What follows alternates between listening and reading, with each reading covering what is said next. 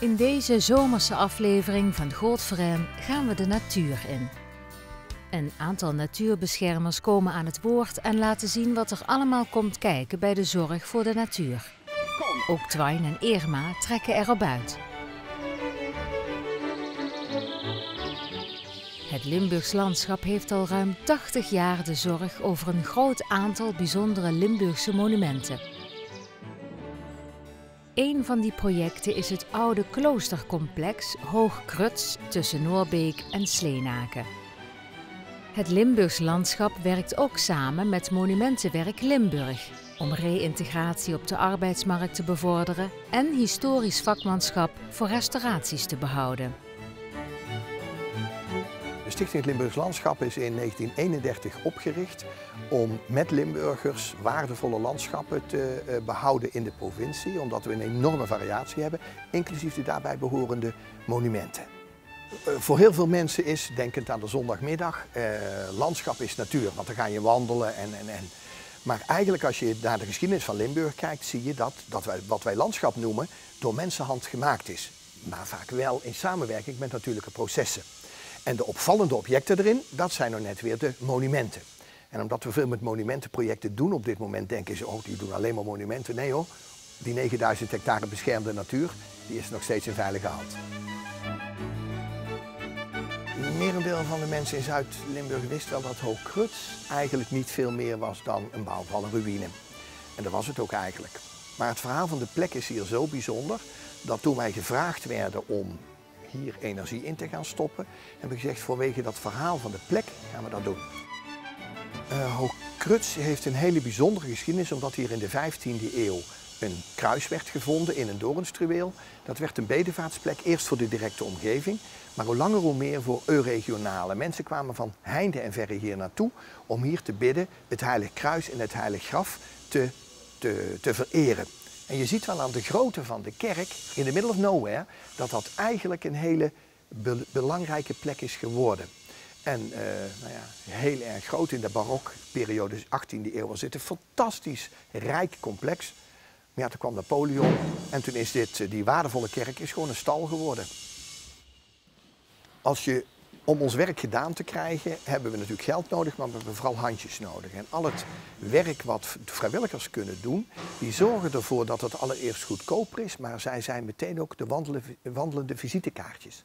Vrijwilligers gaan heel anders met zo'n project om als betaalde krachten. De metselaars die hier werken moeten betaald worden, maar we hebben gelukkig ook inzet van vrijwilligers die zorgen dat, als ze dat als vakman kunnen, dat soort werk ook doen. Wat wij nou doen is volgen op wat de vrijwilligers gaan doen. De vrijwilligersgroep die hier actief gaat worden, gaat de traffic genereren, zeggen ze dan, en mensen hier naartoe halen. Dan gaan er inkomsten komen en dan gaan we kijken welke voorzieningen zijn er nou nodig om die activiteiten mogelijk te maken. Dus het loopt eigenlijk mooi met elkaar op.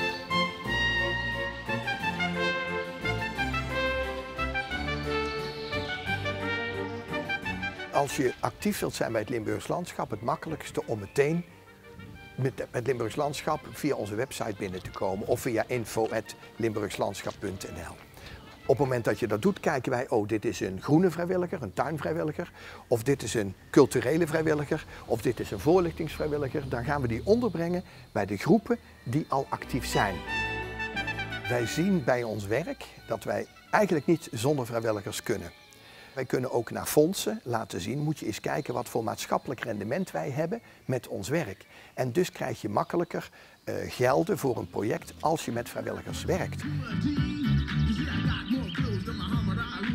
De projecten zijn aansprekend en je zou willen dat er meer mensen zijn die snappen dat het niet automatisch gaat.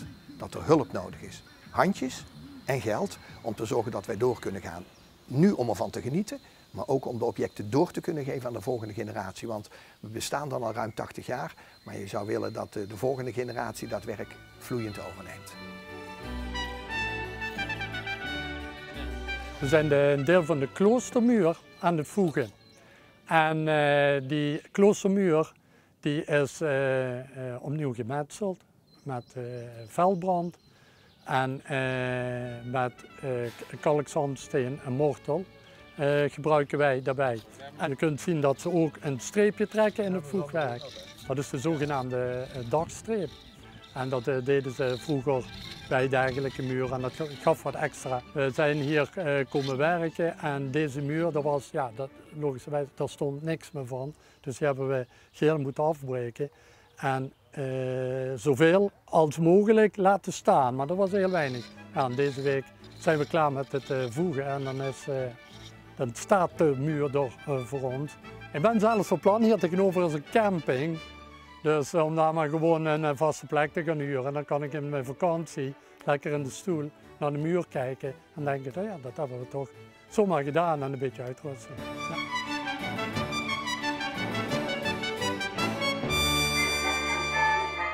Oh, er is niks zo heerlijk als boten te zien in de vrije natuur, Twijn. Let op, dan kunnen we in de vrachtwagen. Ruik ze die heerlijke boeten nog? Nou, ik ruik alleen met de auto wat zo langs komt. Dan moest ik openstellen voor de natuur, Twijn. Och, dat nog. Maar wie is het nog? Ik slet me genuus al en alles. En eens even kijken, als vrij nu rechtdoor gewoon, hè? Dan komen we dadelijk op een plekje waar we heerlijk in de picknicken. Wat zag je? Ik zeg, als we nu doorlopen, komen we dadelijk op een plek. Allee, loop door nu. Voor het zwicht, hè, hadden we op dat kruispunt linksaf gemoeten. Linksaf, Ja. leer mij kaart lezen. Ja. Allee, de pas erin.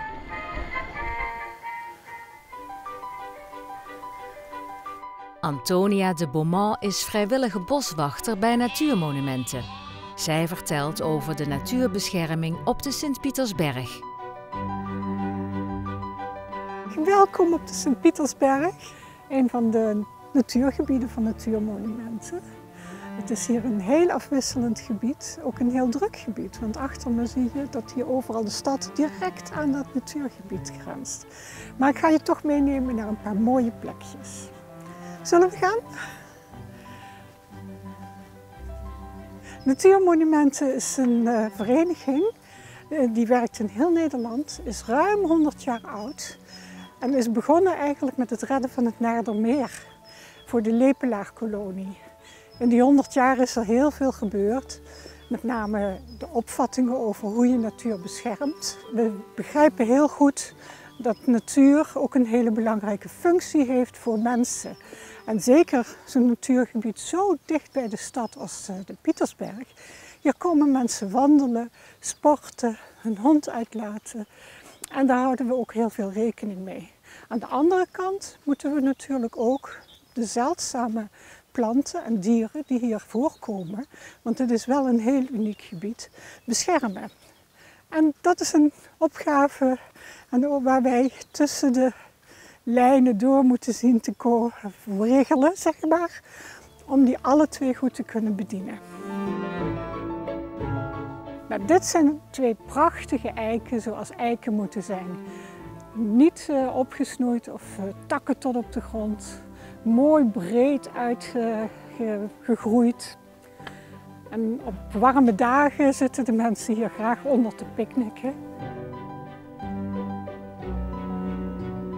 Nou, we hebben eigenlijk 250 werknemsters. Dat zijn onze mergelandschapen en geiten. Deze prachtige vlakte hier, die je ziet, wordt begraasd door die schapen en geiten. En dat doen we in vakken, zodat altijd een vak hoog blijft staan. En dat is omdat op die manier de kleine diertjes, de insecten die op dit moment zo onder druk staan, altijd dekking hebben en een plek hebben waar ze hun eitjes af kunnen zetten.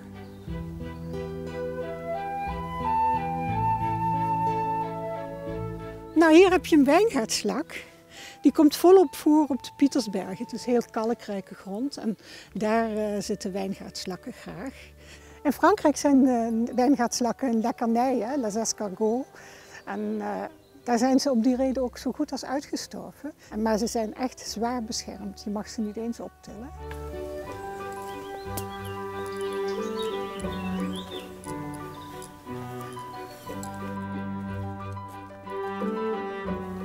De oehoes hier uit de Oehoevallei, die jagen ook in de stad. Die plukken de duiven van de daken. Die halen de ratten uit het park en langs de Maasweg. Dus het zijn ook nog eens een keer hele nuttige vogels. We zijn hier op het losloopgebied en uit de aard van de zaak is dit een goed bemest gebied. Je ziet dan ook dat het gras veel hoger is dan waar we in het begin waren. Dat is veel armer. Maar je hebt hier prachtige kruiden. Vroeger noemden we dat onkruid. Maar wij willen juist die diversiteit in bloemen en allerlei type planten. Die is ook goed voor het totaal van de natuur. Insecten voelen zich daarin thuis. Kleine beestjes zoals salamanders, muizen, maar ook konijnen. Die hebben daar dekking. Worden niet zo gauw gespot door roofvogels. Kunnen zich beter voortplanten. Het is gewoon een heel systeem dat... de brede basis, als die niet gezond is, dan krijg je ook aan de top die hele mooie grote dieren niet.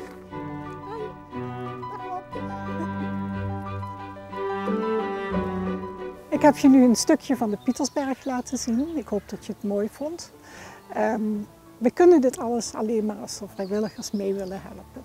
En als u denkt, ik wil ook wel een paar keer per maand mijn handen uit de mouwen steken of mensen ontvangen, dan kunt u zich aanmelden bij Natuurmonumenten. Tim Thewissen is schaapsherder bij Sjoen Graas en we volgen hem met zijn kudde door Maastricht. Van hem horen we ook hoe je schaapsherder kunt worden. Als Sjoen Graas maken wij gebruik van schapen in het landschapsbeheer, dus voor de begrazing van bepaalde terreinen. En hierbij proberen wij bepaalde ecologische doeleinden te bereiken. Dus meer bloemrijkere landen, maar ook met schapen heb je minder schade aan je dieren en insecten en planten, zeg maar. Van jongs af aan het idee gehad om altijd boswachter te worden. Na mijn middelbare studie bos- en natuurbeheer gestudeerd, dan stage gelopen bij Staatsbosbeheer waar ze al schapen hadden. En mijn interesse is opgewekt in de schapen. Het jaar erop heb ik er dan voor gekozen om echt bij iemand die puur alleen met schapen werkt, stage te lopen en het landschapsbeheer doet. En dat is Peter van Rijden, Sjoen Graas. En dat was me goed bevallen, dat is Peter goed bevallen. En na mijn studie en tijdens mijn studie nog goed contact gehouden. En na mijn studie hadden we het erover en toen heeft hij mijn baan aangeboden en zodoende.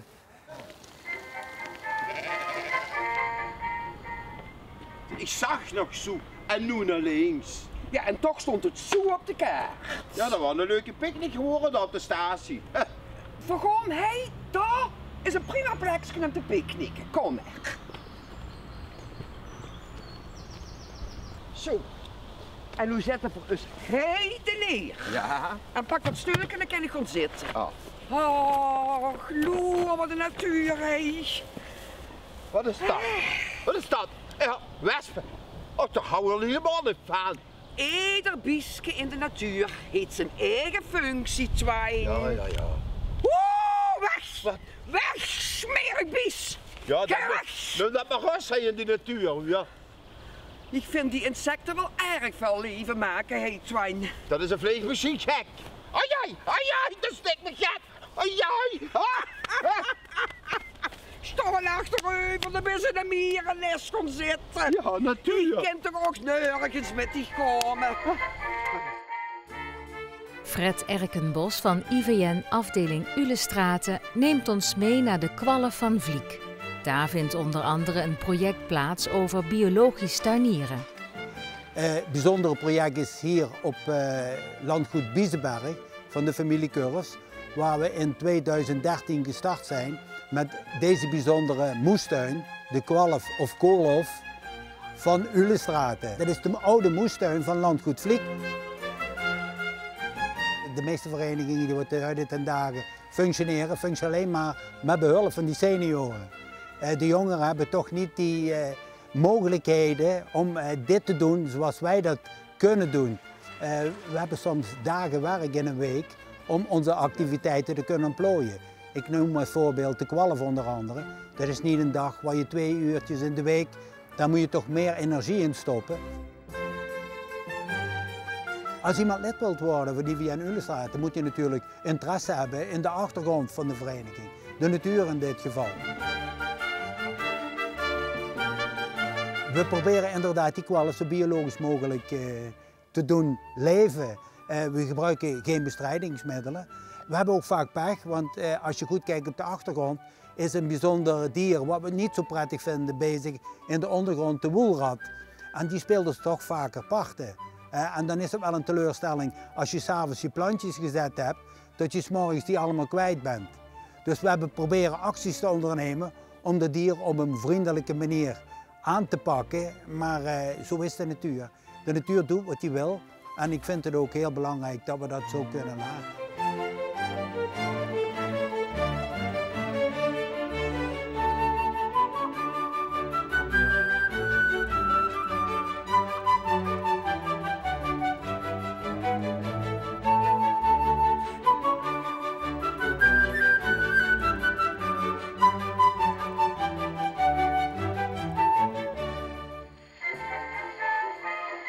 Och, nu loer toch wat de natuur is allemaal te bijen heet, Twijn. Nou, wat zie je ze dat bos hebt geplukt en met naar huis hebt gebracht? Nou, die Bulgaarse brand niet alsof die was heerlijk. Ja, voor de Bulgaren misschien, hè. Maar ik vond het niet om te vreten. Och, loer, hé. Prachtig. Onbespoten magie. Blijf daar vanaf en pluk niet overal aan Irma. Er is toch niets buiten, Twijn? En wieso niet? Dat fruit me allemaal een slaai op. En dat onkruid allemaal. In de natuur heeft alles zijn functie. En laat me dat 7 blad stoom daar, want dan kan je nog heerlijke salade van maken. Van mijn land af. Als we nog onbespoten toestand komen.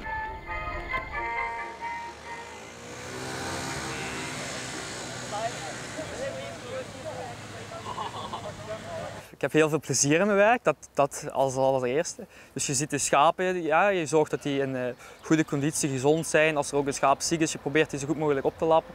Je honden, je ziet het plezier van de honden, want de honden ja, die werken super graag. Ja, het brengt voor de schapen bijvoorbeeld voordelen met zich mee, doordat ze op de harde wegen lopen, slijten en hoeven ze deze ook minder geknipt te worden en bijgehouden te worden. Daarnaast brengt omrijden met de schapentrailer een beetje stress met zich mee, want gaan ze van normaal gezien buiten in de weide lopen, gaan ze ineens op de kar en dan weer ergens anders. Dus het is ook makkelijker en qua tijd om ze gewoon om te lopen. Deze wijze is eigenlijk een meer ecologische manier. Echt, we proberen de natuur de stad in te brengen. Met deze schapen breng je bepaalde bloemen en planten terug die voorheen er niet meer stonden en verspreid je deze zaden en hou je de insecten en de kleine dieren eigenlijk in stand.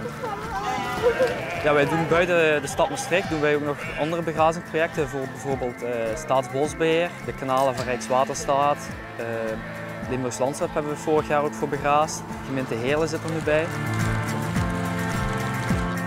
Omdat er aan de kant van de Lage Kanaaldijk dat er iets minder gras staat, minder oppervlakte en gras, gaat deze kudde 1 keer per jaar de oude Servaasbrug over.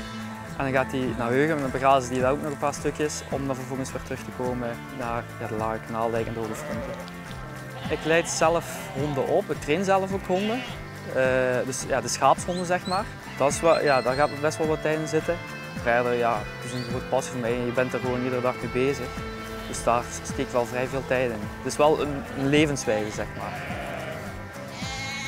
Als we ze verplaatsen, altijd rekening houden met de persoon die achterloopt. Deze houdt de hond in de gaten. De mensen zien de schapen lopen omdat deze hoger als de bumper zijn. Maar de border collie die achter de schapen bij elkaar houdt, die is alleen gefocust op de schaap. Die kijkt niet naar de auto's. En die rent ook gewoon voor de auto's door. En dat is eigenlijk het riskantste van de hele wandeling, dat die honden nodig heeft. Maar daarom loopt er altijd 1 persoon achteraan. En die houdt met name de honden in de gaten en het verkeer tegen, zodat die hond gewoon correct zijn werk kan doen. We hebben geregeld vrijwilligers.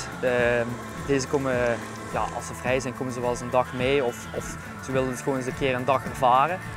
Ja, als mensen dat willen, kunnen ze natuurlijk altijd een mailtje of een Facebook berichtje sturen en dan kunnen ze gewoon een dag met een herder meelopen en zien ze en ervaren ze hoe het werk als een herder is. Missie geslaagd. Wilt u meer weten over de onderwerpen in deze aflevering van Goedforen? Kijk dan op onze website www.goedforen.nl.